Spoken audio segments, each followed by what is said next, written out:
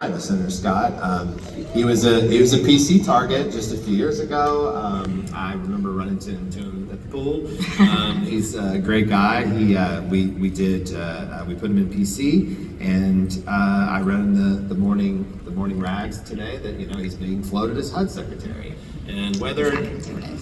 He told me he's not, but we'll see. But sometimes they can be convinced. But he is likely then to be, if he doesn't go into the administration, to be the Senate banking chair, and that's the committee that handles most of the housing issues. And so we have a great relationship there. And we have always, when you see any of the leaders who are moving forward, those are always ones where you know that we have those relationships. And also we do that in a very bipartisan way, and having a team who has worked with these individuals over the years, that we're making the right decisions, and our RPAC trustees and others are making really good decisions. When my phone is ringing after the election from leaders on both sides of the aisle saying, thank you for the support, we appreciate it, it's targeted, it is down the center, and it is very effective.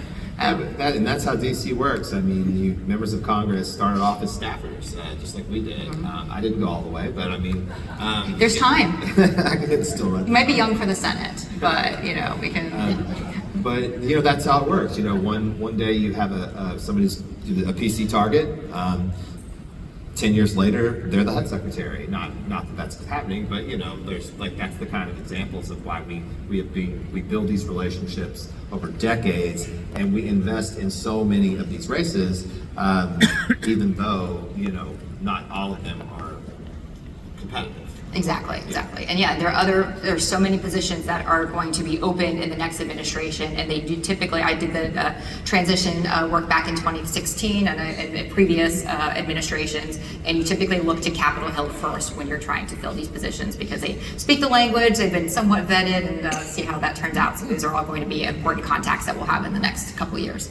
So I did a little research about, looks like if the winds keep going the way they are, that there's going to be a very narrow Republican majority in the House. The Senate is confirmed is going to be a Republican majority, and then of course we'll have a Republican president. So we're sort of in this pattern where a new president gets 2 years of control of Congress to kind of pass some big things.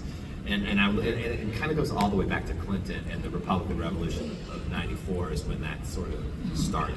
2 years, if they're lucky, you'll see that there's a much more emphasis on the first 100 days, and that is when the agenda is set and everything is put into motion, and whether or not you're going to be successful. So when you're prioritizing and you're deciding which bill gets to be HR1, HR2, HR3, you're setting that course for how can that happen within that very first session of the first Congress. Because once you get close to the election year, everyone gets silly again, and things kind of just fall apart. So those first 100 days are crucial, which is why we don't sleep. We just go right into here are the issues, here's what's important, and communicating with them. But it was during that time when President Biden passed the American Rescue Plan, the Inflation Reduction Act, and the bipartisan infrastructure bill, were all immediately after or within the first year or two. And then he lost Congress in the midterm. And then, which is very typical. Yeah. When President Trump's, that's when the Tax Cut and Jobs Act was passed during that first year.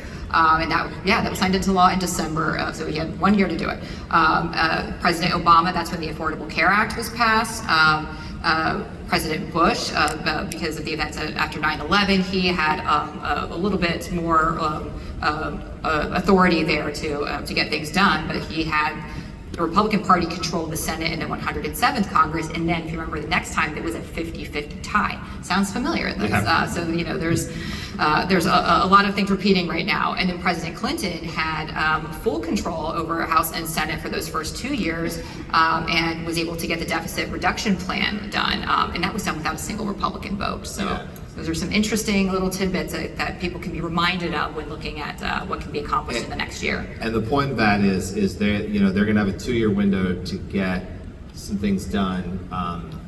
The big things that they want to get done, because the 2026 map crazy. We're talking about 2026, and the election was 2 days ago. But that's It is not the next election. Yes, and we never stop. But yeah, 2026 is not as favorable of a map in the Senate for Republicans as it was this year. So it's possible history will continue to repeat itself. The midterms is never really good for the sitting president. So we are the next 2 years, especially the next year when the tax reform is going to be, when we are all hands on deck. Yep, and we are very well prepared and equipped to start the next election cycle today. All right. Well, if you listen to the podcast